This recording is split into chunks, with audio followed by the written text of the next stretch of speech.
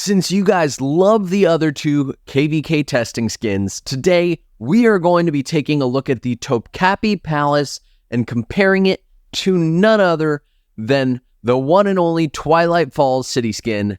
Let's see which is the best for you to use as an archer primary.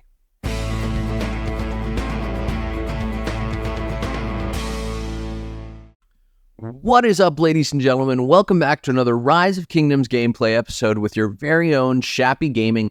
And today, we are going to be comparing the Topkapi Palace city skin with the Twilight Falls city skin.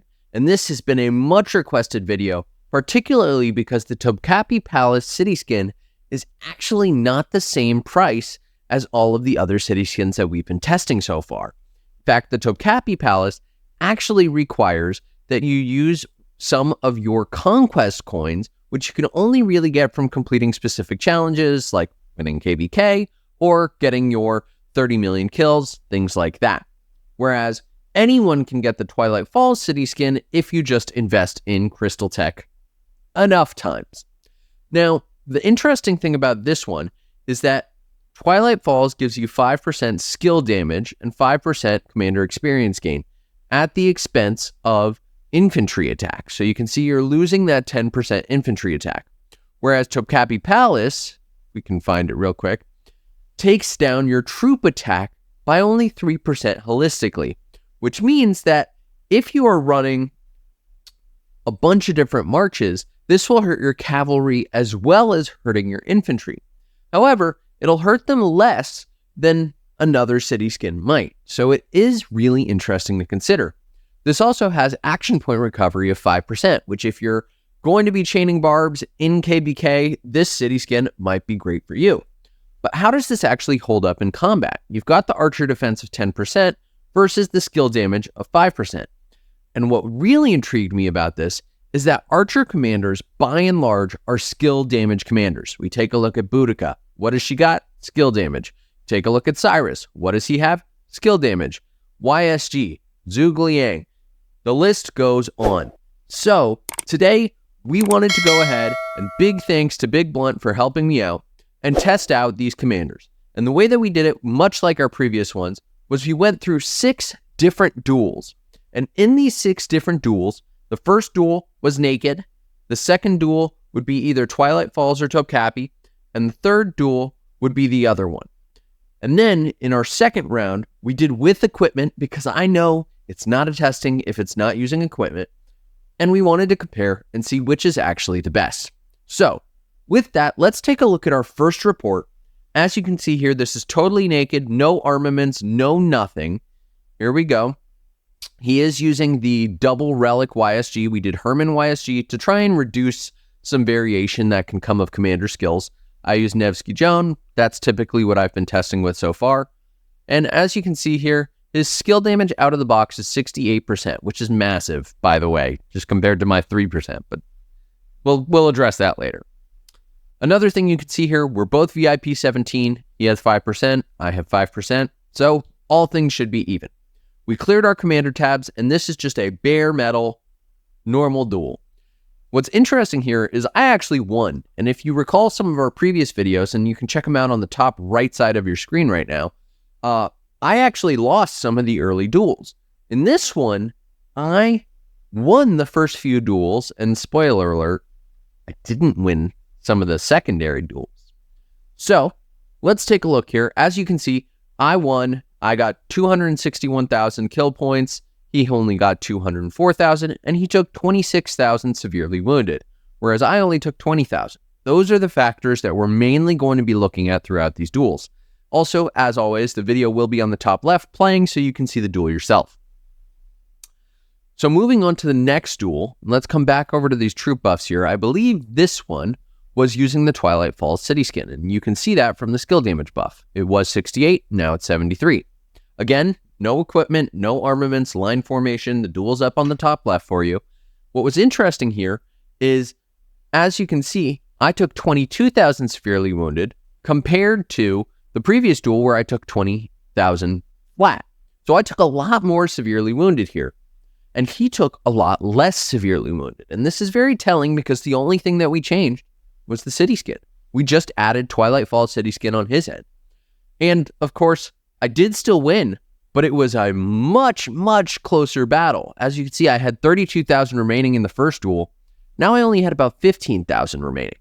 So this is really interesting to me because as someone who's thinking, hey, Twilight Falls is not typically, touted to be an archer city skin, here we are seeing that it's actually doing a lot better for those people who might be archer commanders.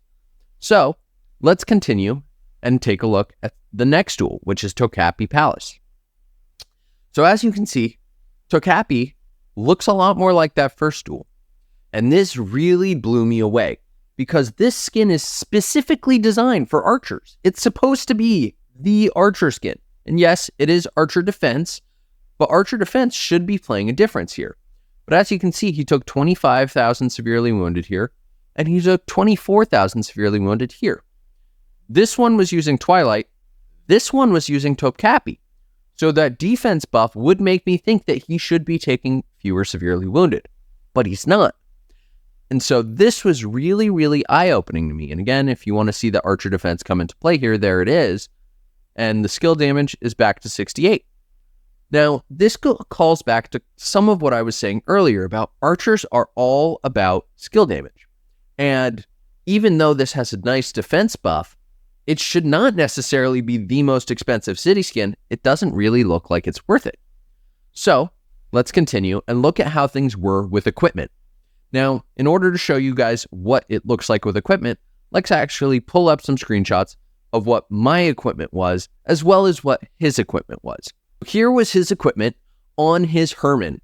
As you can see, he is totally stacked. Big Blunt is a dangerous person in the field. But as you can see, he's got pretty much all crit archer equipment. He's got this helmet awakened as well. It was ridiculous. Now, one of the concerns that I've always had with equipment when we talk about these testings is that equipment does add variation. And it does complicate things because it makes it so it's not as true of a duel as it could possibly be. However, when you're fighting, equipment does come into play. And so I thought that this made perfect sense to add it in. Now, when we do look at our reports here, just keep in mind, he does have the ring crit and he does have the horn crit.